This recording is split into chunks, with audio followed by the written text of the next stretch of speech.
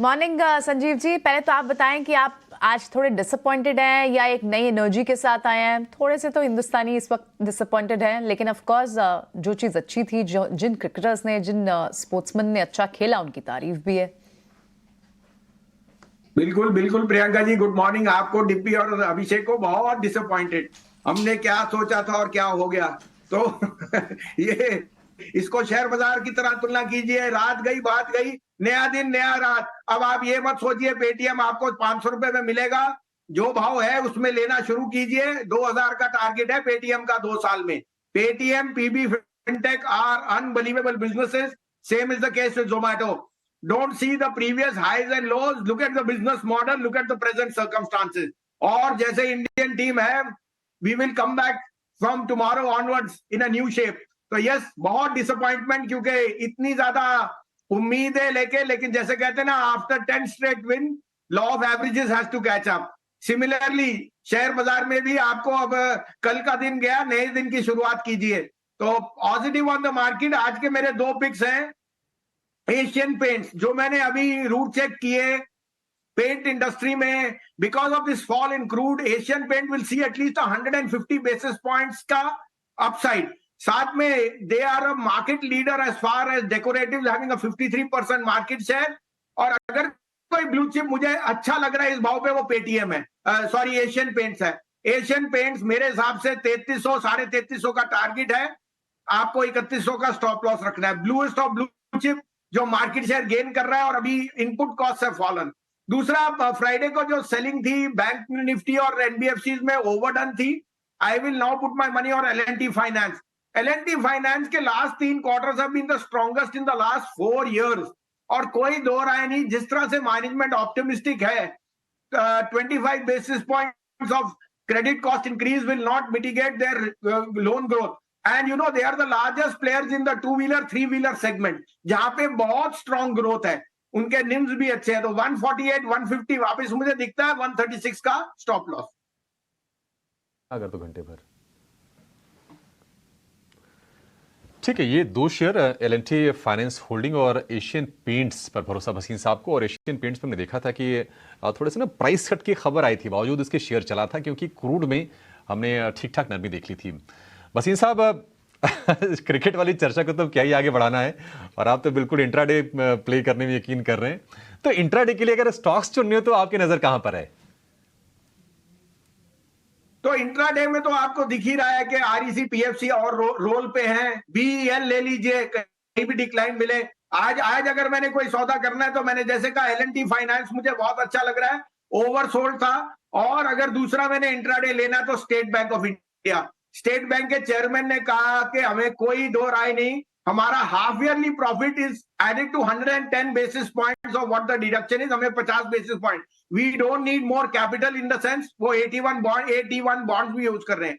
तो 562-63 में अगर आपको स्टेट बैंक मिलता है, मुझे लगता है यहां से 20 रुपए का अपसाइड आपको आराम से मिल जाना चाहिए. स्टॉप लॉस रखिए 548 का. 548 का स्टॉप लॉस एसबीआई के लिए. आरईसी पीएफसी में तो हम रौनक देख ही रहे हैं. भसीन साहब, बहुत शुक्रिया आज समय देने के लिए, और ये बेशकीमती शेयर हम कहेंगे हमारे दर्शकों को बताने के लिए.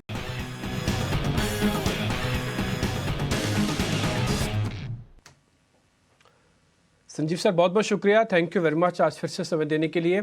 बताएंगे सर, आज के आपने शेयर का आइडेंटिफिकेशन कौन सा है, कौन से शेयर ढूंढे हैं सर? हाँ, गुड मॉर्निंग डिम्पी, आपको, अजय और अभिषेक को. तो देखिए, डॉलर 3 महीने के लो पे है, बॉन्ड यील्ड 4 महीने के लो पे है, और फिर भी हमारे यहाँ मायूसी है.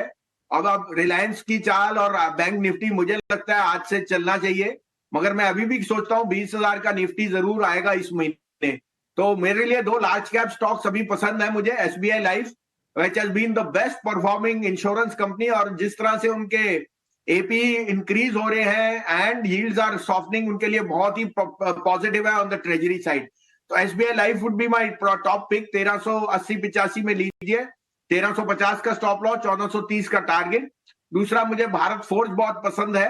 Bharat forge is the 3rd largest forging company in the world, और आपको पता ही है कि with metal prices rising, forging prices have gone up, and the demand for both defense and industrials are rising.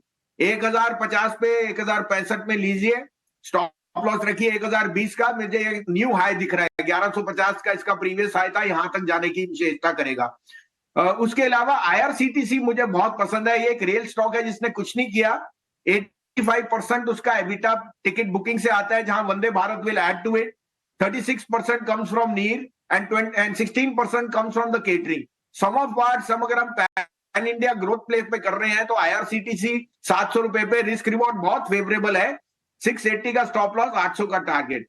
और चौथा, लास्ट बट नॉट लीस्ट, कल अजय जी 15 रुपए बिक गया आइडिया, और मुझे कोई दो राय नहीं, आपको जो 20 रुपए का टारगेट मैंने 6 महीने में दिया था, मुझे लगता है इस साल के एंड तक आ जाएगा, 31 दिसंबर। तो अगर आप पे थोड़ी सी मल्टी बैगर या आपको आउट परफॉर्मर चाहिए, वो आइडिया है। चारों गाने उनके अच्छे चल रहे हैं, 5G में लॉन्च है, एबिटा में उनका मार्जिन इंक्रीज है, and ARPUs are set to go up. तो मैं अभी भी एज ए इन्वेस्टर बोलता हूं कि this stock is being re-rated. As a disclosure, ये हमारी कवरेज में है, हमारे पोर्टफोलियोज में है, पर्सनल में भी और क्लाइंट्स के भी। तो we have a vested interest, but मैं ये कह रहा हूं, don't miss the woods for the trees. जो शेयर 20-22 या उसके ऊपर जाने की चेष्टा रखता है, वो अभी भी आपको इस करेक्शन में या इस स्लाइड भाव में लेना चाहिए। 15 का हाई है, मुझे लेता है यहां से 20 रुपए का टारगेट 31 दिसंबर तक जरूर आएगा आइडिया। बिल्कुल। मुझे संदेह इसलिए नहीं है क्योंकि देखिए ये थोड़ा रिस्की कैटेगरी से समझा जाता था, जिसको समझ नहीं है कि क्या हो रहा है अंदर, लेकिन आपका कॉन्फिडेंस बता रहा है। आपने पहले साउथ इंडियन बैंक भी 6-8 रुपए में बताया हुआ है, और उसके बाद हमने सब जानते हैं कि कैसा हुआ। जेपी भी एक टाइम पे, जेपी ग्रुप बहुत ज़्यादा रिस्की लगता था, आप काफ़ी समय पहले बोलने लगे, और इवेंचुअली कहीं ना कहीं काफ़ी बड़े मूव्स देखे हमने ICICI बैंक के साथ सेटलमेंट के, वो भी स्टॉक चला। तो अब इसके ऊपर उतना संदेह नहीं है। हालांकि अगर ये बात आपने जो बताई है वो नहीं, उसके बिना देखेंगे तो आइसोलेशन में थोड़ा रिस्की बेट नज़र आता है, बट अनुभव से समझ में आता है कि क्या चीज़ रिस्की है क्या नहीं। बहुत शुक्रिया आज हमारे साथ जुड़ने के लिए वसीम साहब। वसीम साहब रीजंस के साथ बता रहे हैं क्यों आइडिया लेना एक अच्छा आइडिया बन सकता है। कुछ वसीम साहब नमस्कार, शुक्रिया आपका समय देने के लिए। स्वागत है आपका 18 स्वदेश पर। बताइए सर, क्या कह रहा है मार्केट आज, और आपकी नजर कौन से शेयरों पर है? हाँ, गुड मॉर्निंग अभिषेक। तो मार्केट कल बहुत अच्छी चाल दिखा रहा है, और बताया कि अब रिलायंस और HDFC बैंक में चाल आ गई है, और मुझे कोई दो राय नहीं, 20,000 आया ही आया। अब इस हफ्ते आए, अगले हफ्ते आए, कोई दो राय नहीं, क्योंकि काफी कंसोलिडेशन हो गई इंडेक्स पे। और कल हमने देखा भी कि मिड कैप वगैरह ने कल न्यू हाई मारा, लेकिन वहां से थोड़ा सुस्त हो गए, विच मींस अब मनी वापस लार्ज कैप्स में आ रहा है। और आपने देखा कल इंश्योरेंस के शेयर, आपके रिलायंस, आपके बाकी जो आईटी के ऑटो के शेयर थे, आईटी में डेफिनेटली प्रॉफिट। तो मैं दो सजेशंस कहूंगा, मुझे बहुत पसंद है। एक तो IEX, देखिए trading platform exchanges are doing very well. IEX में कपलिंग की बात रही है, but it still has 88% EBITDA margin. और जैसे मैंने पहले भी कहा, मैंने इनफैक्ट ये 122-25 पे बहुत कॉन्ट्रेरियन होकर इन्वेस्ट किया था और करवाया भी था लोगों को। मैं अभी भी सोचता हूं IEX की रियल अनलॉकिंग ऑफ वैल्यू अगले 2-3 साल में आएगी, क्योंकि volumes on the power exchange will be 5, 10, 15 times जो अब है। Power is now in surplus, और आपकी रेगुलेशंस विल बी माने जो है ना उसका जो एक्सचेंजेस पे टर्नओवर है, that is going to be a kicker. तो मुझे IEX बहुत पसंद है। लॉन्ग टर्म तो 180-85 जा सकता है, अभी 155 और 158 का टारगेट, 135 का स्टॉप लॉस। दूसरा, हमने कल एज अ डिस्क्लोजर बंधन बैंक की कॉन्फ्रेंस कॉल अटेंड की थी, और आज उसकी प्रेजेंटेशन भी है।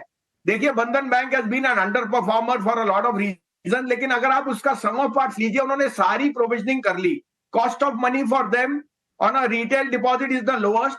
और आज आपको पता है, शायद अचंभा है कि their unsecured loans are now at the least in the last 3 years। उन्होंने ज्यादातर सब कोलैटरलाइज कर दिए। फोर्थली, बंधन में अब म्यूचुअल फंड भी है, और ग्रुप फाइनेंस जो एक HDFC बैंक का, HDFC का छोटा लेंडिंग आम होता था, वो भी उस अब बंधन बैंक में है। तो सम ऑफ पार्ट्स में बंधन के पास सारा कुछ है, you know, which a bank should have. हाँ, अंडर परफॉर्मेंस रहा है because of the right reasons, but वो कह रहे हैं provisioning and all is history now. आगे जाते हुए निम and profits will be very much on the card.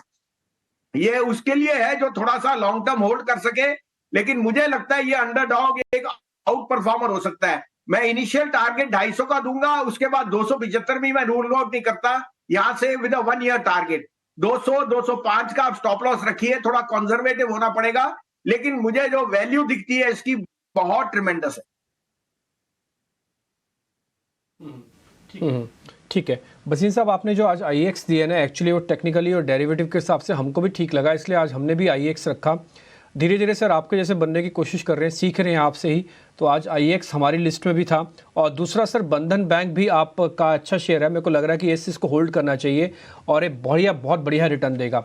और एक और थैंक यू आपको मैं दूंगा रिलायंस इंडस्ट्रीज़ के लिए, आपने हमारा कॉन्फिडेंस बूस्ट करके रखा कि रिलायंस ठीक है। आज एक रिपोर्ट आई, वो कह रहे हैं 2800 टारगेट है, फिर पता ये लगा कि आज भी रिलायंस चल सकता है। तो आज आपने ये 3 शेयर जो दिए ना, काफ़ी कॉन्फिडेंस बूस्टर भी है और बिल्कुल फिट भी है, टेक्निकली भी बिल्कुल फिट हो रहे हैं। सर एक शेयर ना मेरे को थोड़ा इन्वेस्टर्स के पॉइंट ऑफ व्यू से पता करना है आपसे, आप उस पर अच्छा गाइड भी कर पाएंगे। वो है जियो फाइनेंशियल का शेयर। काफ़ी सारे लोगों के मन में ये चल रहा है कि 200-220 के आसपास काफ़ी सारे हाउसेस ने भी ले रखा है। क्या हमको इस मार्केट के छोटी मोटी उथल पुथल से निकलकर एक अच्छा पक्का शेयर लेके रखना चाहिए? तो जियो फाइनेंशियल्स पे आप हाँ हैं और रख लें सर ठीक ठाक वैल्यू लेके? बिल्कुल डिम्पी जी, आपकी सही फरमाइश है। देखिए मैंने और हमारे क्लाइंट्स ने, मैंने क्लाइंटों के बिहाफ पे एज ए डिस्क्लोजर हमने जियो फाइनेंस इकट्ठा किया है। इस फॉल में जो मेरे बहुत जिससे मैं कहता हूं नॉलेजेबल इन्वेस्टर्स हैं या लार्ज सम इन्वेस्टर्स हैं, उन्होंने HDFC बैंक और जियो पे अच्छा पैसा लगाया है और वो सोचते हैं कि अगले 2-3 साल इसको छुएंगे नहीं, और जैसे जैसे आपको नंबर्स आएंगे, ग्रोथ टारगेट्स आएंगे, वी विल बाय। देखिए हाउस ऑफ रिलायंस के घर से अगर आपको कोई ऐसी ऑफरिंग आती है तो आपको पता ही होना चाहिए कि इसमें थोड़ा सा लॉन्ग टर्म है। शॉर्ट टर्म में जेस्टेशन में there are going to they are sowing the ground for much better harvest over a period of time. I would say Jio finance is a must in your portfolio, but थोड़ा सा long term outlook रहे। आपने रिलायंस पे सही फरमाइश की, under performer था, technically भी कल 2370 के ऊपर अगर क्लोज रहेगा 2 दिन के लिए, तो जैसे मैंने आपको कहा ईयर एंड तक 2650 का 2700 का टारगेट बहुत आराम से आ सकता है। बहुत बहुत शुक्रिया संजीव जी, आज समय देने के लिए और ये सारी राय स्टॉक्स पर बताने के लिए बहुत बहुत शुक्रिया। आप कल सुबह फिर होती है आपसे मुलाकात।